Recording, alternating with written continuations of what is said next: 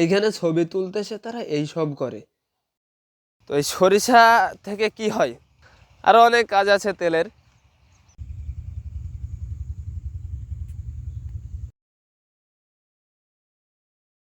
তো আসসালামু আলাইকুম গাইজ, আশা করি সকলে ভালো আছো। আল্লাহর রহমতে আমিও অনেক অনেক বেশি ভালো আছি।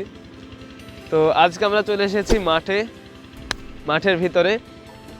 আর মাঠে আসার কারণ আছে, এখন শীতের সময় প্রায় শেষের দিকে। তো এই কারণে মাঠে যে সকল শীতের আবাদ পানি ছিল সেইগুলো এখন শেষের পর্যায়ে।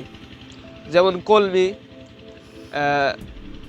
মানে কি বলবো, কলমি আমাদের পাশেই, আমি যেখানে বসে আছি তার পাশে কলমি তারা মারছে। তো আরেকটা ফসল আছে যেটা হচ্ছে সরিষা। তো এই সরিষাটাও এখন প্রায় শেষের দিকেই। সরিষার যে ক্ষেত আছে, আমাদের সরিষার ক্ষেত হচ্ছে এখনকার ভাইরাল স্পট। দূর দূরান্ত থেকে সরিষার, আমার বাসা তো গ্রামে, আমি দেখি যে ঢাকায় থেকে পর্যন্ত সরিষার ক্ষেতে আসে ছবি তুলতে। তো কিছুদিন আগেই দেখছি ঢাকায় থেকে মাইক্রো নিয়ে আসছে ছবি তুলতে। আমরা আশপাশে ছিলাম। তো যাই হোক, আর কিছু বলার নেই। আমি এখন আসছি মাঠে, এখন সরিষার ক্ষেতে যাব। পিছনে হয়তো বা দেখতে পাবেন সরিষার ক্ষেত আমার পিছনেই। আমি আমাদের পুকুরে বসে আছি, আমাদের এখানে পুকুর আছে, পুকুরে একটা মাচান আছে, মাচায় বসে আছি। তো আমি সরিষার ক্ষেতে যাব। আমি কিন্তু কোনোদিন ছবি তুলিনি সরিষার ক্ষেতে, আজ পর্যন্ত আসিনি ছবি তুলতে বা ভিডিও করতে। আজকে কিছু ছবিও তুলবো, ভিডিও করবো, অ্যান্ড সরিষার ক্ষেতের ভিতরে গিয়ে দেখবো কেমন অবস্থা। তো চলুন।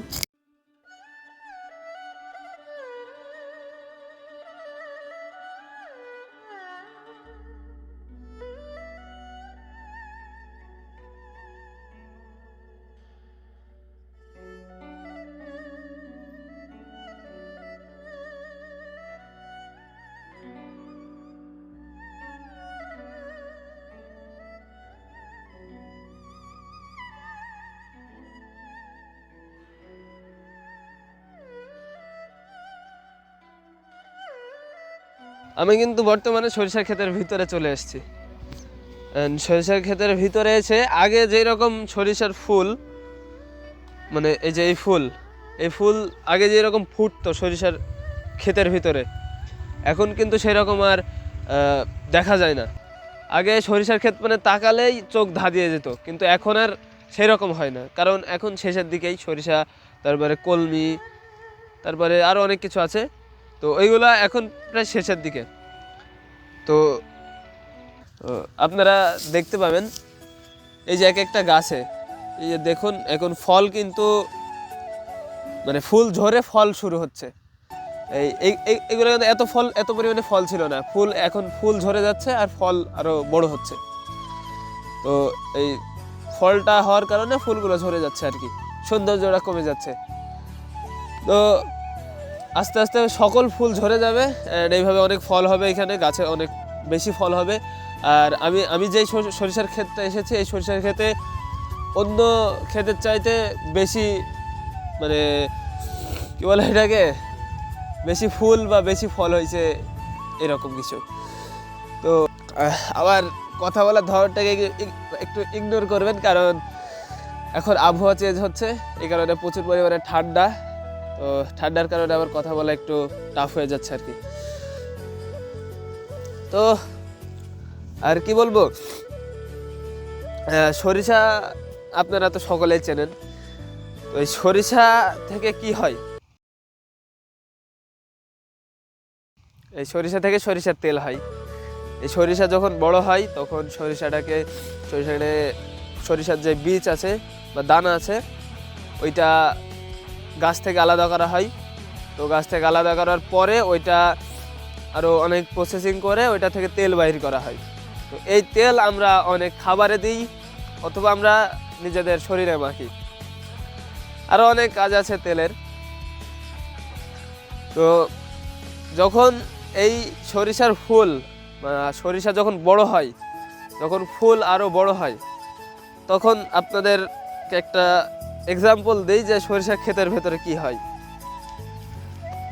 সরিষা ক্ষেতের ভেতরে হয় কি, যারা সরিষা ক্ষেতে ছবি তুলতে আসে, তারা তো ছবি তোল, ভালো কথা, ছবি তুলে চলে যা, কিন্তু তারা এসে কি করে, তারা আসে আসার পরে মানে পুরো ক্ষেত মনে হয় যে তারা গরু আর তাদেরকে চাষ করতে দেওয়া হয়েছে, এরকম অবস্থা। তো তারা কি করে, সরিষার যত গাছ আছে এই গাছগুলো মানে দড়িয়ে সরিষা ক্ষেতের ভিতরে চলে যায়, একদম ভিতরে গিয়ে পুরো জায়গা মনে করেন যে সমান করে ফেলে, আর এরকম করে ফুল ছেড়ে। তো আমি জাস্ট আপনাদের দেখানোর জন্য ছিঁড়ছি, আর ওই একটা ছিঁড়লে কিছু হয়ও না, মানে একটা ছিঁড়লে হয়, কিন্তু তারা যে এসে মানে পুরো গাছ সহ পিয়ে ফেলে, গাছ ছিঁড়ে এরম করে ধরে ছবি তোলে, এটা কোনো মানে নাকি? তো আমার সামনে কয়েকদিন আগে দুইজন আসছিল, দুইজন মেয়ে, ছেলেরা কিন্তু আসে না, দুইজন মেয়ে এসে এখানে ছবি তুলছিল, তাও আবার ভিতরে ঢোকে। তো এই আমি যে ক্ষেতের উপর দাঁড়িয়ে আছি এই ক্ষেতটা অনেক বড়, অ্যান্ড এই ক্ষেতে মানে উর্বরতা, মাটির উর্বরতা হয়তো একটু বেশি, এই কারণে অনেক বেশি এখানে ফলন দিয়েছে ফসলে। তো এই সরিষা, সরিষার ফুল আমরা সামনের বছর দেখতে পাবো কি পাবো না এর কোনো গ্যারান্টি নেই, আর এইখানে সরিষা হবে কি না এরও কোনো গ্যারান্টি নেই। তো একটাই বলে রাখি, আমার ভিডিও যারা দেখো বা ভিডিও যারা দেখেছেন বা দেখছেন, তারা অবশ্যই এরকম সরিষার ভুঁয়ে বা খেতে গিয়ে যেন এরকম কিছু করবেন না।